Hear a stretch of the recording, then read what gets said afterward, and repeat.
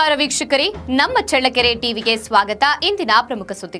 ಚಳ್ಳಕೆರೆ ತಾಲೂಕಿನ ದೇವರ ಗೋವುಗಳ ಹಟ್ಟಿಗಳಿಗೆ ಭೇಟಿ ನೀಡಿದ ಪಶುಪಾಲನಾ ಇಲಾಖೆ ಅಧಿಕಾರಿಗಳು ದೇವರ ಗೋವುಗಳ ನಿರ್ವಹಣೆಗೆ ಸರ್ಕಾರದಿಂದ ದೊರೆಯುವ ಸೌಲಭ್ಯಗಳನ್ನು ಸಮರ್ಪಕವಾಗಿ ಬಳಸಿಕೊಳ್ಳಲು ಟ್ರಸ್ಟ್ ರಚಿಸಿಕೊಳ್ಳುವಂತೆ ತಿಳಿಸಿದ್ದಾರೆ.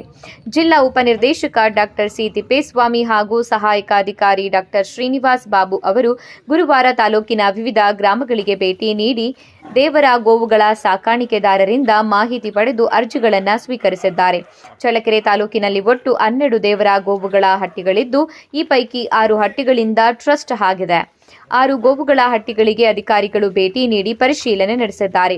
ದೇವರ ಗೋವುಗಳಿಗೆ ಮೇವು, ಆಹಾರ ಸೇರಿದಂತೆ ಅಗತ್ಯ ನಿರ್ವಹಣಾ ಸೌಲಭ್ಯ ಕಲ್ಪಿಸಲು ಟ್ರಸ್ಟ್ ರಚನೆ ಅನಿವಾರ್ಯವಾಗಿದ್ದು, ಸರ್ಕಾರದ ಅನುದಾನ ಹಾಗೂ ಇತರ ಸೌಲಭ್ಯಗಳನ್ನು ಪಡೆದುಕೊಳ್ಳುವಂತೆ ಡಾಕ್ಟರ್ ತಿಪ್ಪೇಸ್ವಾಮಿ ಸಲಹೆ ನೀಡಿದ್ದಾರೆ.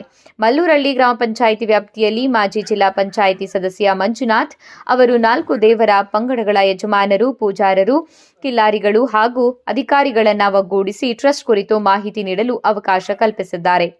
ದೇವರ ಗೋವುಗಳ ಸಂರಕ್ಷಣೆ ಹಾಗೂ ನಿರ್ವಹಣೆಗೆ ಸರ್ಕಾರದ ಸೌಲಭ್ಯಗಳನ್ನು ಸದುಪಯೋಗಪಡಿಸಿಕೊಂಡು ಗೋವುಗಳ ಪಾಲನೆಗೆ ಆದ್ಯತೆ ನೀಡಬೇಕು ಎಂದು ಅಧಿಕಾರಿಗಳು ಮನವಿ ಮಾಡಿದ್ದಾರೆ.